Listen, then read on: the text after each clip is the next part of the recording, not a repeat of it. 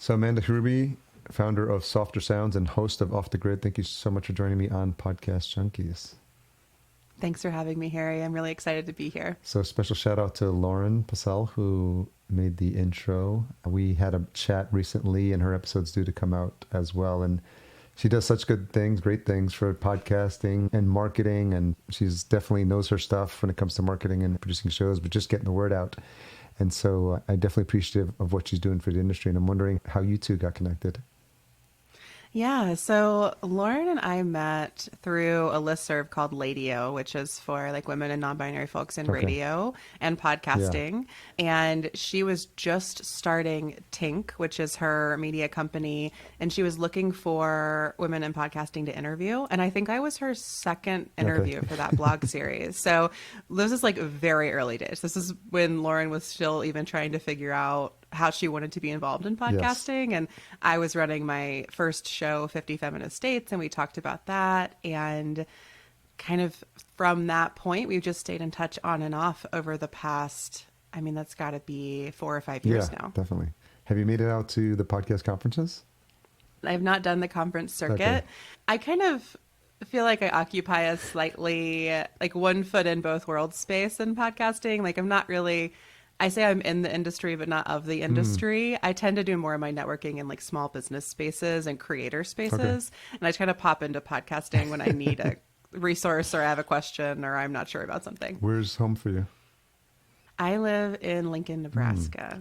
What was life like? Did you born and raised there?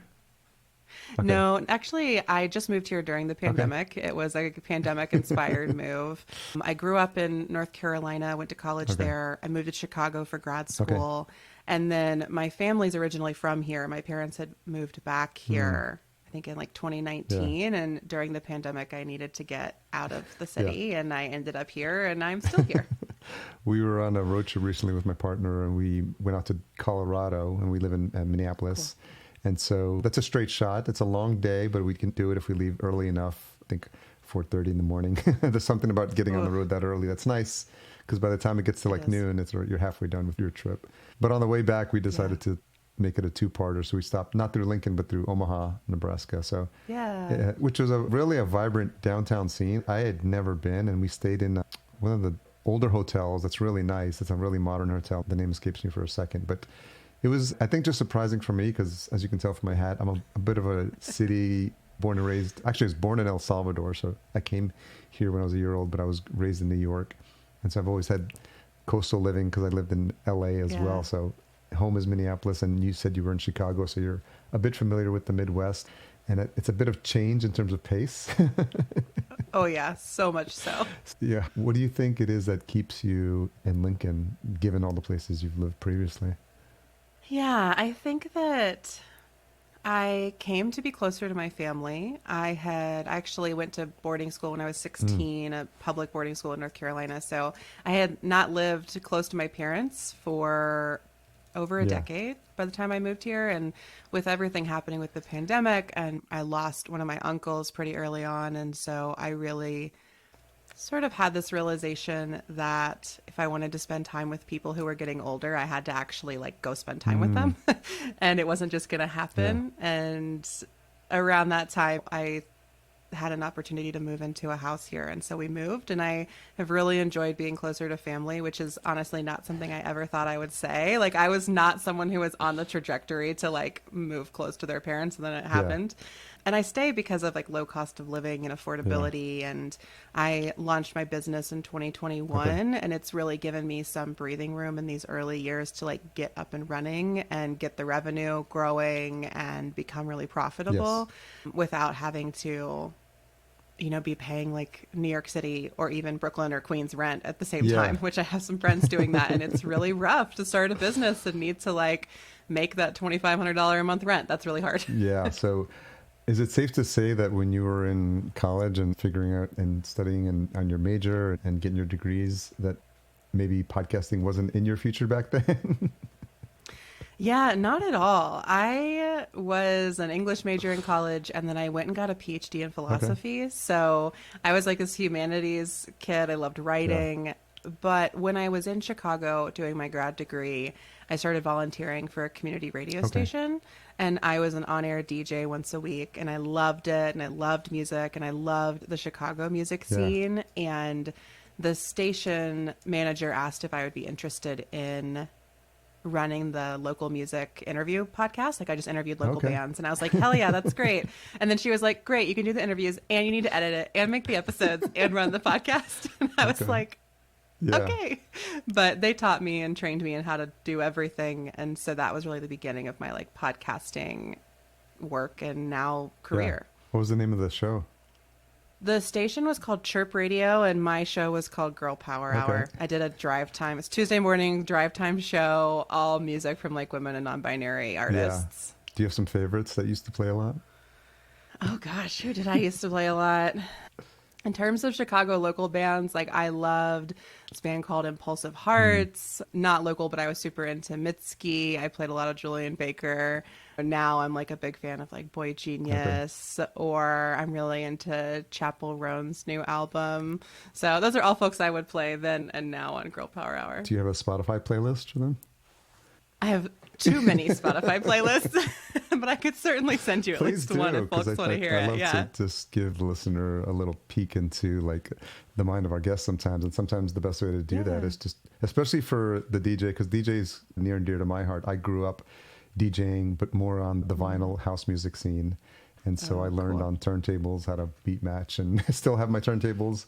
I'm dying to get them set up here in our new place, and similar to you, I think how this may be a feeling that you had, but it's this idea of controlling the mood of and the tempo of, and I don't know how much feedback you were able to get on the radio station, but as a DJ when you're live and you're mixing, you literally can see the results of the song you played, and it either continues the energy or it drops the energy, and you're just like, okay, that one didn't work, and you have to like think on your feet, which I Yeah. love.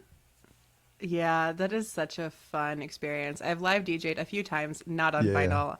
I don't know how to beat match and all of that, but it is so fun to be in that like responsive place with a crowd. Like I think there are few opportunities to like really be creating or mixing in real time and see what the feedback is. And radio is definitely not like that. Like I was in this sort of, windowless studio at 5:30 in the morning by myself. Yeah.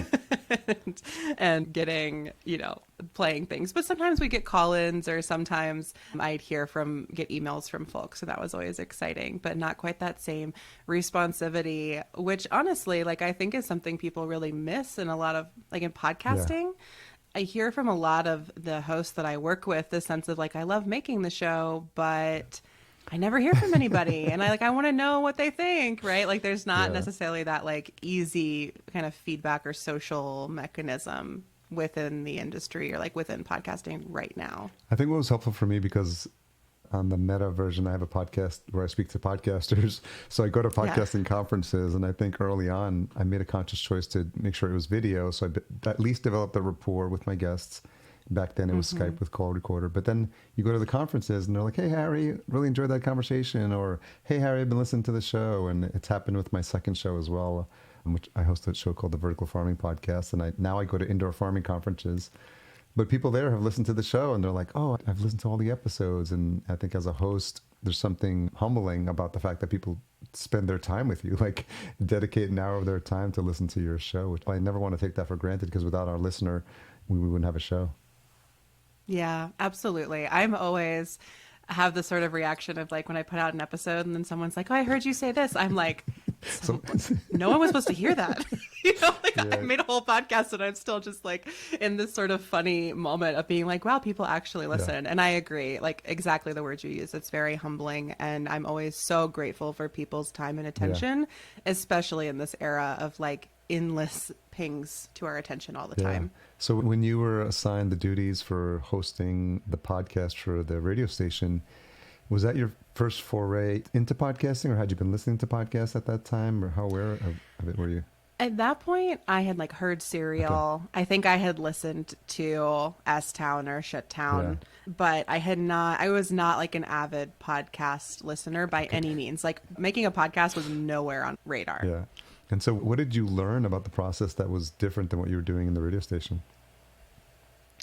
So a lot of that process was field recording. So I was like going to clubs to talk to Oh, wow. bands. I was going to festivals to talk to bands. Like we kind of worked the festival circuit. So I got to go to Riot Fest and do interviews and Pitchfork Music Festival and do interviews. And so I was really learning how to like be out there with a field recorder and like have a conversation with a musician who's just come off Yeah. stage or is going on. And like that was really nerve wracking for me and thrilling at the same time. And then learning, I think I took to editing pretty easily. I think a lot of my skill set was just like how to have a really good conversation with someone you've never Yeah. met and you only have 15 minutes with, and how to navigate that and get them hopefully to say something that they haven't just already said 20 times that day. And I think that's made me like a much better podcaster. Like most podcasters, we're like in our home studios hanging Yeah. out, talking to somebody over the internet. But the fact that I had to do that a bunch of times live, and it's similar to what you're talking about, DJing, like get that responsive feedback, like, oh, they didn't like that question, or oh, they don't want to talk about that, or like, kind of navigate that with Yeah. people. It just made me a much better interviewer when I did get back to this more like virtual podcasting space. I've heard that before from folks that have had that experience with interviewing artists, and you get such a short window. And I can't imagine what it's like to be actually at the festival and they're thinking about their performance, not about giving you the best answers. And so, what tips do you have, or what did you learn that's different? Because obviously, in a long form interview like we're having now, we've got the time to just kind of relax in terms of the conversation and let it open up naturally. But to your point, what's the nature of the questions you ask when you're in that tight window of like 10 to 15 minutes to ensure you're getting something valuable? Yeah, so I definitely was someone who did a lot of Okay. research. I was really listening to other interviews they'd done, reading written interviews, like really trying to find as much as I could of kind of what are things they've been asked about? What do they speak about a lot? Is there anything that's kind of pinging my interest or attention that I can bring to this that might be a little different or take something a little deeper? So like the research phase was really helpful, coming with questions ready. I would normally write a list of like at least 10 to 12 Okay. questions. I never had time to ask all of them, but that way I didn't have those moments where like I'm just blanking out, Yeah. or where if they answer things really fast, sometimes people will give you like a one sentence answer and I need more questions. So I always wrote like an abundance of Yeah. questions for my 15 minutes with them. And then I think all of that said, it's like you need to do all of that. And then when you get in the conversation, you need to forget that you've prepped and just like go, Yeah. because it's also awkward if all you do is read your question and stare at them and ask them to answer. So, kind of having those like empathetic, like responsive skills where you can be like kind of leaning in and asking them about, or noticing when they seem interested in something and asking a follow-up question about that before Oh, moving yeah. on, or noticing when they're not interested and like quickly moving on. I also always would ask a question like that was really about like where we were. So if we were at a festival, I would know if they'd played the festival before, but I might ask about their last performance or if they're excited to be there for the first Yeah. time, or something to kind of just open us up into the space we're actually Yeah. in, and then go deeper into their music or art practice or whatever it may be. It feels like that skill is so important to learn because as a podcaster, that happens a lot, especially in the early days when you're getting your feet wet with podcast interviews. You have to learn how to read the room or read the guests and their feedback. And obviously, I can't imagine what it's like. Occasionally, I've had it happen. You ask a question and it just doesn't land properly, or you can clearly see that's probably not something they want to talk about. So you have to learn how to pivot very quickly and just keep the conversation. Sort of this idea of managing the flow of the conversation, I think, is such an important skill to learn. Yeah, and I think I agree completely. It's such an important skill and it takes time. It will be awkward in the beginning, and part of becoming a podcaster is like embracing that and getting through that stage. And honestly, like you've done hundreds of interviews. I've done hundreds Yeah. of interviews. Like the awkward moments still happen. Like it's like you just said, like it still happens sometimes. It's not unavoidable, but knowing how to kind of reset or keep going or move in a different direction, flow somewhere else together with your guest is so important. And I would also say like it's a lot of soft skills. I've noticed more and more podcasters seem like they kind of try to outsource this to like the pre-interview form. And I love a pre-interview form. I encourage them. I tell all my podcasters, I'm like, get the emails, get the bios, get the photos, Yeah. ask them if there's something they definitely want to talk about or don't want to talk about. But I've personally started getting pre-interview forms that ask me to write the questions they're going to Oh, ask or ask me to write the show notes that they're going to use. And I'm a little bit like, that's your job. yeah, and it just takes away Yeah. from, I'm like, if I wanted to say all this, I would just say it on my own podcast, right? Yeah. Like, I want us to be in dialogue. And like, if we're not really creating that shared space together, like if the guests are just doing all of that for you, I don't know what your role as the host Yeah. is anymore. And it's really important to me as a host that my guests feel welcomed and invited and taken care of in the process of the conversation. I think this is such an important reminder because it's almost at that point they're just going through the motions. They're just churning Yeah. interviews out, and they're not.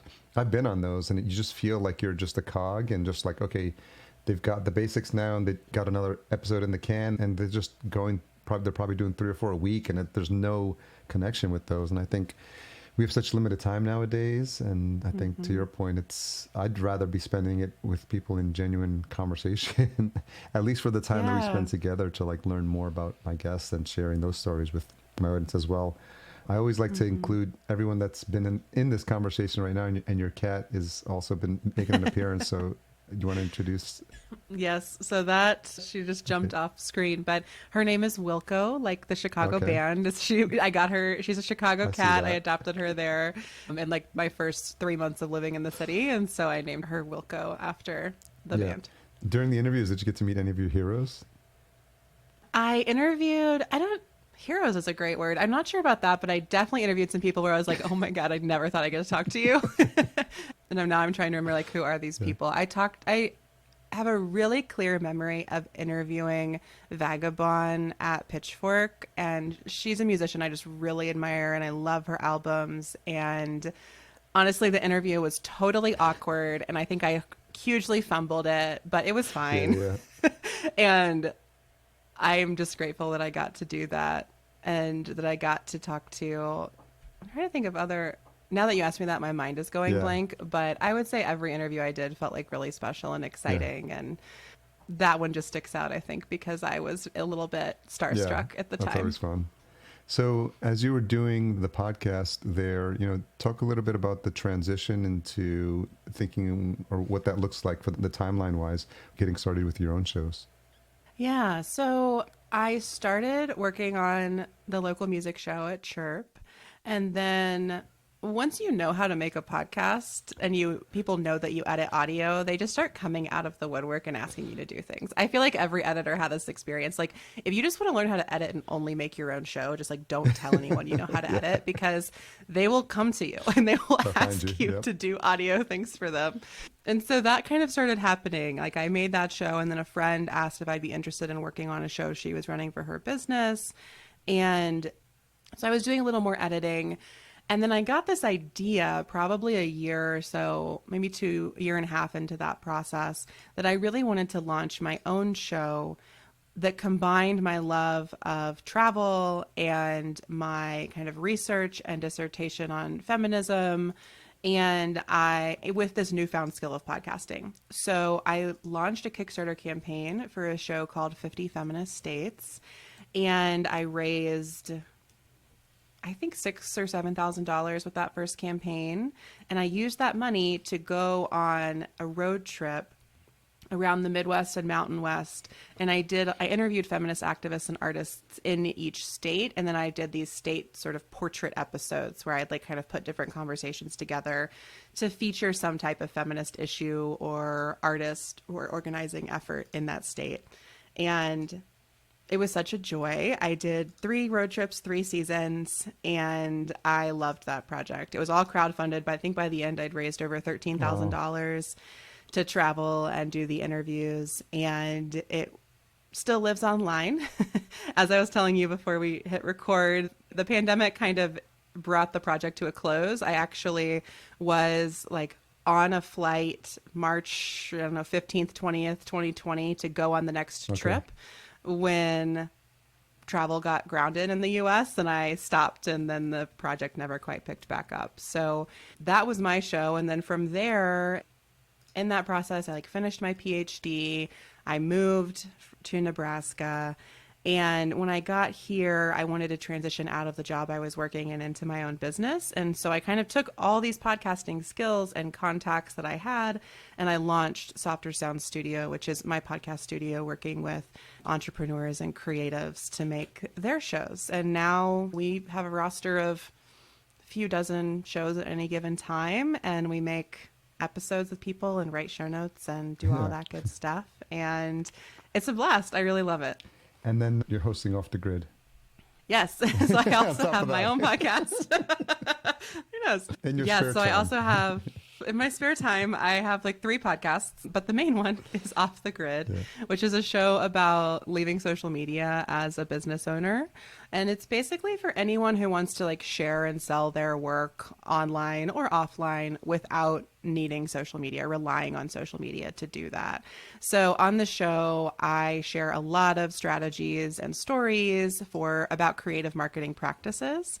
And then I interview former influencers about their journeys, like leaving social media or quitting influencing. And I talk to a lot of business leaders who share, different marketing practices they use or business ideas that have been like foundational for them. And I'm really just trying to help people realize that they do not have to be on social media for their business, podcast, art studio, whatever it may be, to be a success. Like we have other ways we can market and sell our work if you don't want to be on social. Lots to unpack there, so I'm going to try to make sure I manage these threads that I'm dying to pull here. I'm curious where your love of travel came from or when that started. I think it started growing up in a pretty small town and feeling totally stifled there. I grew up in like a county of 30,000 people in North Carolina. And I always was like buying magazines and watching movies and like dreaming of going other places, primarily like New York City, your hometown. Yes. And when I was in 8th grade, I like basically bullied my parents into taking me on a trip there by creating an itemized budget of how much money we would need. We got train tickets, so it'd be cheaper than flying. Like I found a hotel where we could all stay right by Central Park. 13. Jeez, that's impressive. I was very precocious. I was a very precocious child. But it worked because they took me on the trip. Amazing. And I loved New York, and I just knew that I wanted to be in a city, and I wanted to travel. And so I just started traveling a lot more, and throughout college I would go all over by myself. I've been a solo traveler for a long time. I've driven across the country alone 3 times, I think, and just really love it. Like I just love being in new and different places and exploring. But I think the root is just like my inner preteen trying to get out of that small town lifestyle. That is precocious, and that is tenacity, and just the ability to organize and plan a trip, and to the point where you've got your probably, I don't know if it's a spreadsheet or at least just a budget or something. Just like, that's crazy. That's fun. Yeah, I needed it. It was great. I remember that trip so fondly. So I was thinking about that. Like, I'm always fascinated because I felt like I was spoiled because New York City was my backyard because I grew up in Yonkers. So if you're looking at a map, it's the Bronx, Manhattan, and then Yonkers is the first city outside of the 5 boroughs. But can you place yourself back in those shoes, and just if you can remember what it was like when you got off the train and you're in New York City? Oh, I was in awe. I just remember feeling so energized by the city. It's how I still feel every time I go to the city. It's like I didn't realize I was like an empty pit until I get there, and I'm like so full up on all the energy of the other people. And I really love how like everyone there just has like a thing that they like love doing, and they're like working on and toward. And sometimes that can be exhausting. I do understand that. But I just felt like, especially because I was that precocious teenager, I was just like, why doesn't everyone care more and want more and do more? And in New York City, they are caring more and wanting more and doing more. And I felt so excited by that. But I think some of the highlights for me were just like getting into the city, walking around. I remember riding bikes in Central Park. I remember going to Times Square, and at 13 I loved it. I thought it was the best place in the whole world. Now I often go to New York and don't leave Brooklyn, but that's different. It's a lot. But yeah, it is a lot. But yeah, and I remember just being Like I feel the image that's coming to mind is like a Looney Tunes character with like the stars and like the auga eyes. Like that was me the whole time I was That's there. what happens in Times Square. I mean, it's a sensory overload. You know, Oh, it's like certainly. the whole strip of Las Vegas consolidated into like those corners. And Yeah. I think for me, it's interesting because it always feel like home to me. But I think recently, and I don't know if something shifted after COVID, but I noticed more of a frenetic energy, more as like everyone's just running around and doing their thing. And maybe it's because I'm in the Midwest now, and I know the listener would get tired of hearing the deers that are on my property, or we see turkeys come to feed, and our neighbors have chickens, and so completely different lifestyle now. Oh yeah. And I'm kind of enjoying the peace and quiet, and I'm sure you can relate being in Nebraska, just having a Oh yeah. sanctuary to return home to. Yeah, I feel really at home in the Midwest, which is likely because that's where my family's from. But I do, even living in Chicago for 7 years, like it's still very much a city, but the pace is so different from New York or LA. It's much more relaxed. People are much more, I Kinder, don't know what I want to, they're kind. They're not in a hurry. They're less just rude. like living. Yeah, Yeah. yeah, that's all I true. had to get used to that being here. My partner, when I first got here, she's like, "You what? You don't say hi to anybody. Like, why are you just like? How come you're just like very gruff? Like, we'd go to a restaurant reservations. I'm like, Harry, table two. She's like, ask them how they're doing or something. And it took a while because New York is to say you'd get on a subway car, there's 100 people in the car, but no one's making eye contact. You're Oh not yeah, no. connecting with people on a one-to-one level, and it'd be weird if you did. And just like, good morning. There's someone in New York City every morning, just like, good morning, hello, waving to everybody, and you get used to that here. Now I'm like, I go out, I'm in the car, I see somebody walking, I'm like, I'm waving at them, I'm just like, yep, it's rubbing off on me now. So Yeah, it's yeah, fun. it is fun. And so the Kickstarter, did you have experience doing that? And why did you decide to go that route? And how hard was it to learn to put that together? Yeah, so I did not have any experience doing a Kickstarter or crowdfunding. I read Amanda Palmer's book, The Art of Asking, Hmm. which when she wrote it, she ran, I think, the first $1 million Yeah. Kickstarter. So she like really did a lot of crowdfunding for herself and her band, the Dresden Dolls, I believe. Hmm. And it really inspired me to that like I could do this road tripping podcast even though I had no money to fund the project because I was in grad school. You know, students get paid. I was getting paid like $20,000 a year to live in Chicago. Like I didn't have extra Yeah. funds to just like go off on the Yeah. road. And I think that really what the reason it worked well for me is that I had been doing a lot of like community work in the city. I had donated a lot of time to the radio station. I had also worked with this organization called Fourth Chicago that supported creative women business owners. And like because I had been volunteering essentially so much, like when I created this campaign asking for support, people really showed up and they were really excited to support me and to support the idea at Yeah. large. This was also happening in 2017. So, you know, the year that Trump goes into office, and like, I think there was a lot of hunger for like learning more about feminism around the country. You know, it was like the year of the first women's march, or at that time, that iteration of it. And so I think that like the project, I was bringing my community together, and the project was like really needed in that moment in a way that honestly I don't know if it would resonate now, Yeah. but that's okay. Yeah. And I'm sure you learned a lot about that process, and also on the responsibility you feel like when you have people that are contributing in probably small dollar amounts and how they all add up, you know, to those thousands you were able to collect and use as the basis for this trip. I imagine there's a special place in your heart for all these individual contributors who really like believed in you and supported you. Oh, most definitely. I'm like so grateful and have so much gratitude. And I think that, you know, I carry that forward. Like I feel that same gratitude for my listeners now, even though maybe they aren't donating dollars in the same way, although many of them are, Hmm. because I have a lot of I have offerings associated with my podcast and they buy those things. And I really appreciate that. But I think that it was so like crowdfunding was like a really great step toward running my own business. It taught me a lot about asking for support, asking for money, thinking about what I could offer that was like reasonable for me to produce in response or like as Yeah, yeah. thanks. And yeah, it was like a little mini experiment and it went really well, fortunately. Off the grid.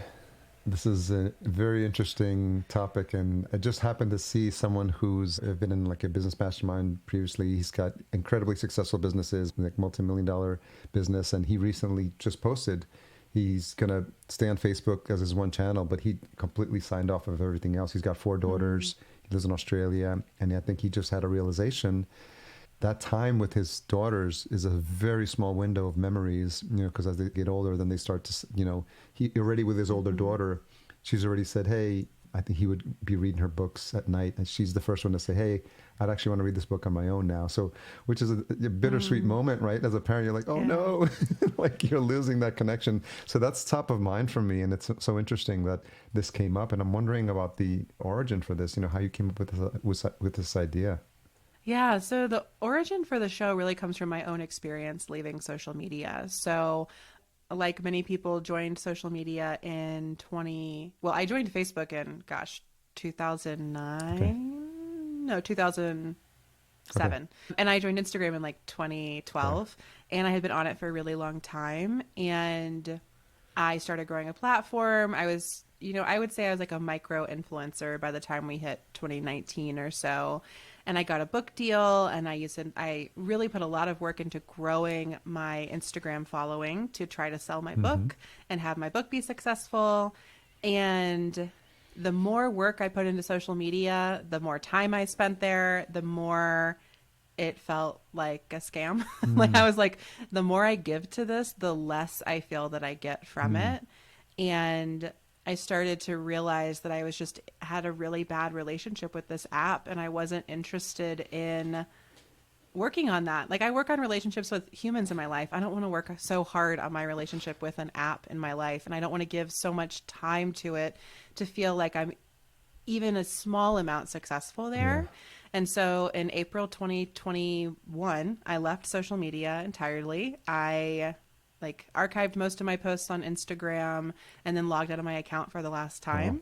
I didn't have a Twitter at that point. I didn't have a TikTok, and I had left Facebook long ago. So for me, it was a lot about leaving Instagram. But yeah, I left and I launched my business, and I was just like living my life. And people kept asking me, how did you leave social media? Like, is it okay? Did it work? Like, what's going on? Are you alone in the universe because you left social media? Yeah. And I'm like, I'm great. I'm like living my life out here in Nebraska, hanging out.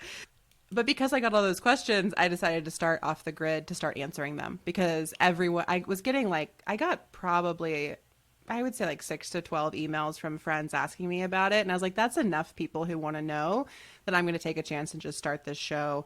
And I think the first 5 episodes are really me unpacking why I got on there, why I needed to leave, how I left, and how I think other people can do that as well.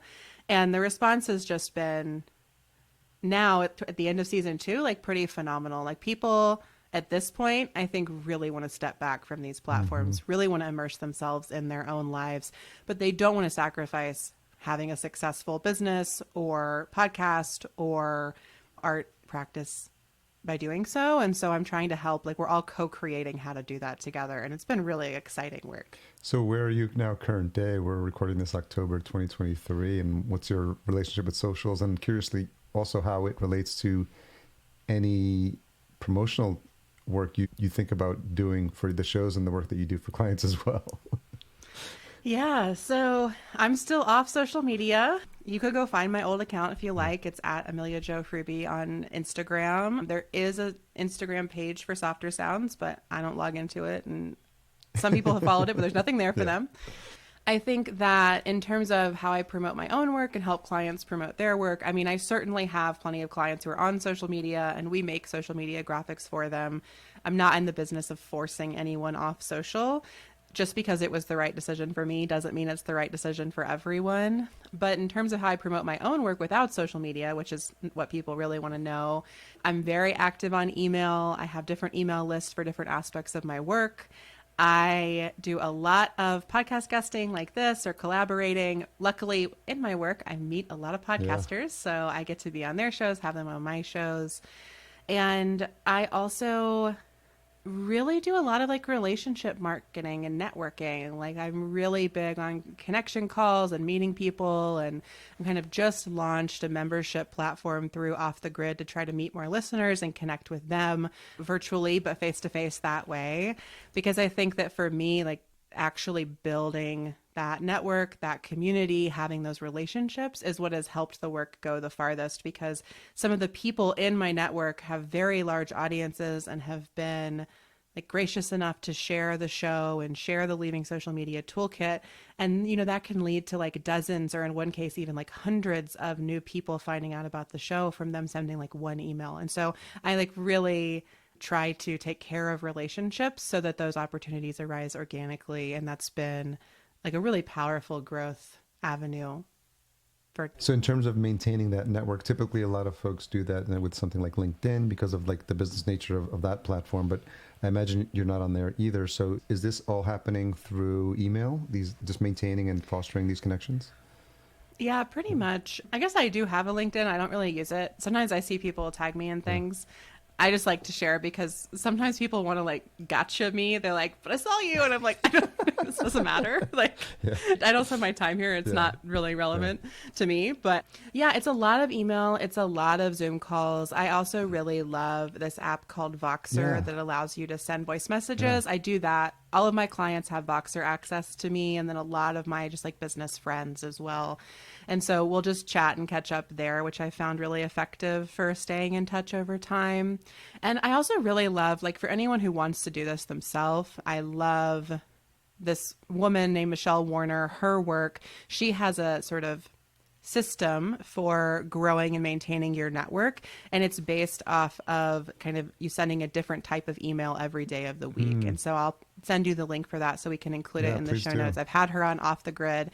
It's really fantastic for anyone who's like, I don't really know how to grow my network, and even when I do, I don't know how to keep in touch with people. Like, it's exactly what Michelle's Networking That Pays program is about, and it's relatively affordable. The free webinar she has will basically teach it to Okay. you, and then if you take the course, you get all the templates and everything else. So highly recommend that if you want to go down this path. It's been really helpful. Yeah, that'll be interesting because I think people want the connection, and I think what they're realizing with social that it's not the meaningful type of connection. And obviously everyone just posting their best IG moments on these channels. And so I think I'm managing my relationship over the years as well. And I've actually returned to Facebook, but in a way where I'm just posting like almost journaling my story of like what's happening, the highs and the lows. And I've been sharing stuff that's very, in the past would have been vulnerable for me. So I think it's interesting to see that there's some people getting that feedback, but I can totally understand how it can just be all consuming, especially you're producing shows for clients. You know, that's top of mind for me. So I'm conscious of like doing my best to get their shows promoted. And you have to be in the social world to do that, or know, or keep up with what's happening there. So, you know, it feels that sometimes like you're on the hamster treadmill a lot. Yeah, and I think that's something that's really been a benefit to me that I understand not everyone can do, which is that I did leave social media. I talk about it a lot. And so the clients that come to Softer Sounds tend to at least be like open to questioning the role of social media in their Yeah. work. And I've had some people come who really like, they want to have a podcast, but what they really want is to have like 20 reels for each episode and all of that. And, you know, they're just not a good fit for us. But there are tons of other studios out there who will make that type of content with Yeah. you, and that's okay. Honestly, I'm trying to help my clients make less content, but make more resonant Yeah. content, more impactful content, more unique content. Because speaking to like our earlier part of the conversation, like I'm tired. I don't enjoy when I show up for an interview and I realize I'm in like a content mill and it's just Yeah. like so impersonal. And I don't want any of the shows I work on to ever feel that way. And sometimes that means we have to like slow our process down or take a step back. But like I'm really invested in making more intentional content in podcast episodes, in newsletters, on blog posts. And I'm trying to help my clients do the same. So I'd love for you to share maybe if there's one or two kind of tips that come to mind in your conversations with your clients, or is there something that you see as a trend, not a trend, but just something that you're always reminding them of, or a consistent pattern, or something that they come to you and you're always like, okay, I keep having to remind my clients of this, especially as new podcasters. I'm always curious for people that are in the production business, like what's a like top of mind tip or guidance for new podcasters that they should be aware of as they're getting started with their show in terms of coming across as more genuine? Yeah, so I think that something I'm always reminding my podcasters is that you have to take care of yourself in this Mm. process. Like, and I mean that in a lot of different ways. So, one way is like literal physical care. Like, if you're sick, your voice won't work well, and then you can't make your Yeah. show. And it really, like, we can get so disembodied in our work habits that we forget. You know, you're like, well, even now, I'm like, oh, I'm a little sick and I'm recording this.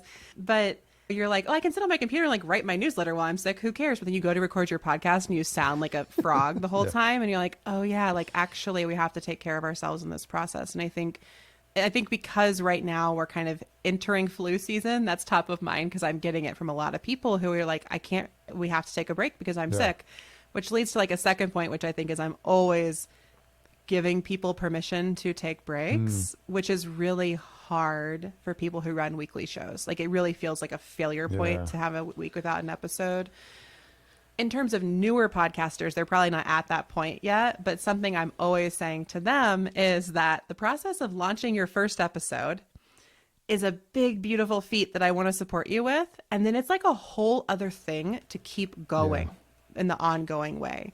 And so I will often get people who like really want to like get that first episode out, and I'm always pulling us back. I'm like, all right, I need us to have like at minimum 4 episodes done before we go Oh, yeah. live, because it's going to take you time to shift gears from like, here's my launch, it's the first time, great, I finished my launch, now it's done, into like, oh, now I'm doing this thing that's kind of never done. Yeah.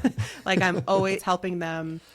I think to be a good podcaster, you have to be able to work ahead and stay present with your episodes that are going live. Mm.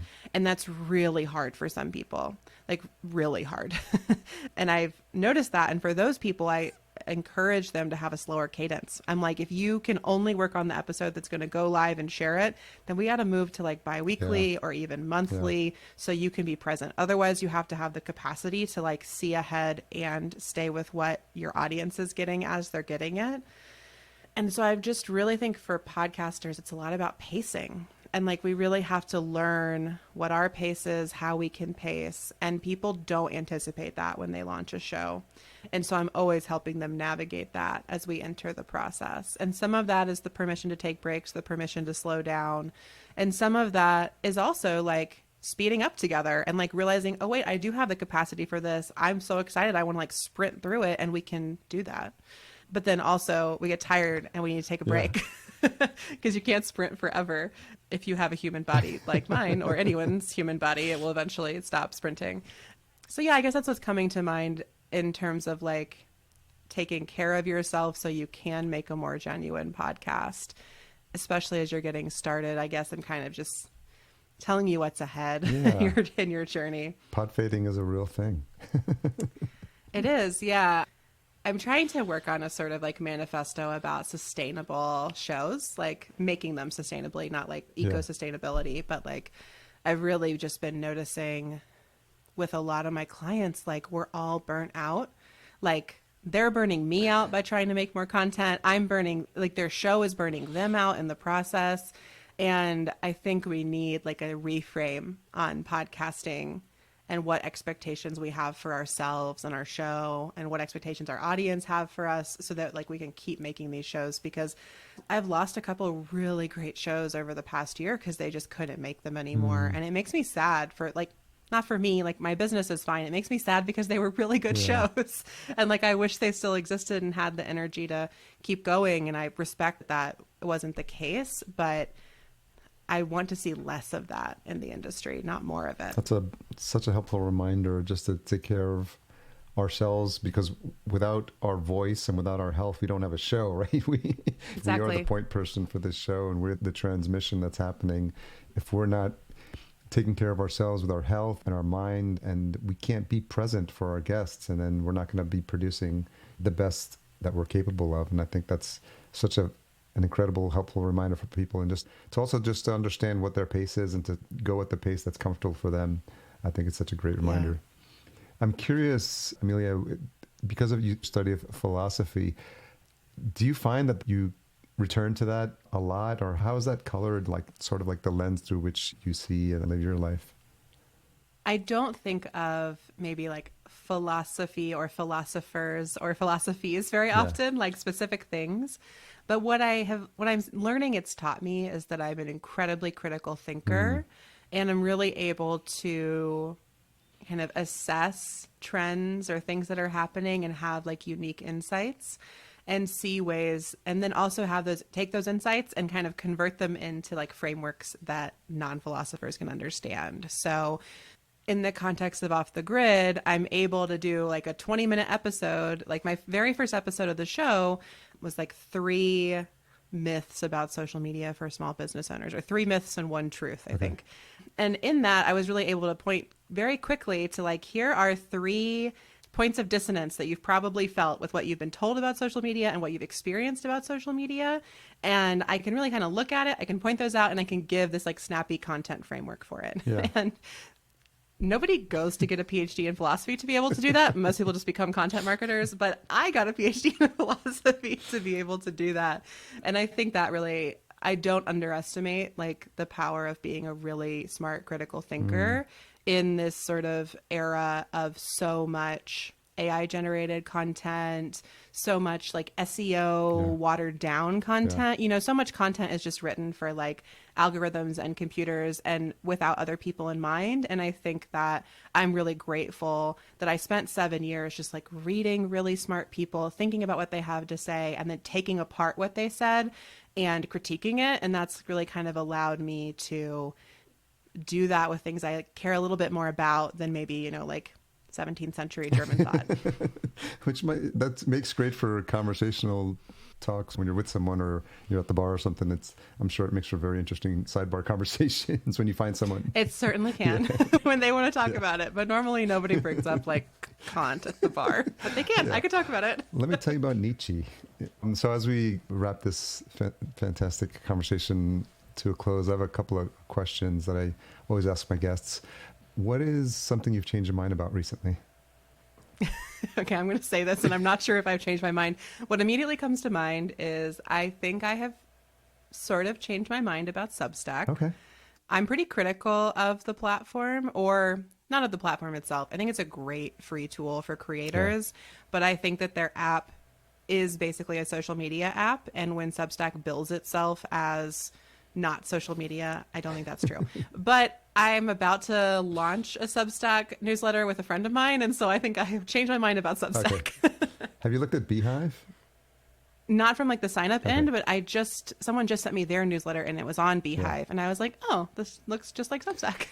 I waffled between both when I have it now personal newsletter at harryduran.com, which is sort of just like my free form, kind of maybe a little bit what you're alluding to, just top of mind. It used to be like a marketing newsletter, but now it goes out every Saturday, just like, hey, I went to this men's gathering. Hey, I just had a session with my therapist. Hey, I just had a podcast interview. So it's the fact that it's not a lot of pressure to market anything and just talk about my life has like, reduced a lot of the overwhelm about what to write about. Cause I just think about, oh, how was my week? And sometimes it's a paragraph Yeah. or sometimes it's a book I read. I just want to deep dive in. So it's got a lot of features that I think are helpful, and I've now upgraded to the paid version. So it might be interesting just to experiment with both and to see that they make it a lot of tools that are helpful for creators just getting started, I think, as well.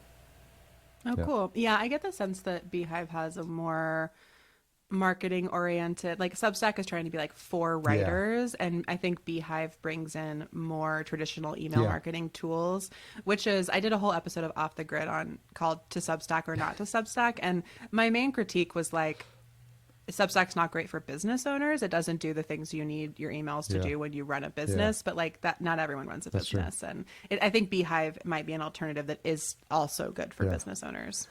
What is the most misunderstood thing about you? Well, people think that because I'm not on social media, maybe I have no social life, which is extremely not true. I have so many friends. I talk to them all the time. I have a very fulfilling social life. It's just not on Yeah. social media. Let's not get it twisted, as they say. Digital social is very different from like IRL social. Yes, exactly. Well, thank you so much for taking the time to come on the show. Thanks again to Lauren for introducing us. It's always fascinating to hear about all the different things that are happening. And as much as I'd love to stay on top of all the cool podcasts and listen to all the podcasts. As you can relate to, there's not enough time in the day, right? And so No. I really treasure these opportunities to slow down and spend an hour with someone and just go deep on just learning about them, their shows, and get them and get my listener inspired to explore new shows, and also just learn about things that are happening, like people having conversations about getting off the grid. And it's been fascinating to see the arc of your journey in terms of like what you studied and how radio led to the podcast, and how you've begun to piece all the things that you've learned, your love for travel, and it feels like everything now has come to bear here in the stuff that you're working on now with the podcast and with your guests. And I just love the opportunity for you to share your story with my listeners today. Yeah. Well, thank you so much for having me, Harry. And for anyone who listens to this and thinks, wow, Amelia really had it all figured out and has it all figured out, like, please know this story only makes sense, like, in hindsight. When I was living that stuff, I was like, what am I doing? This is all so random. Yeah. So I'm grateful to have been here and have had this conversation with you. And I'm just really glad that Podcast Junkies exists and that you're out there having these conversations with podcasters all over. Yeah. So thanks for having Thank me. you.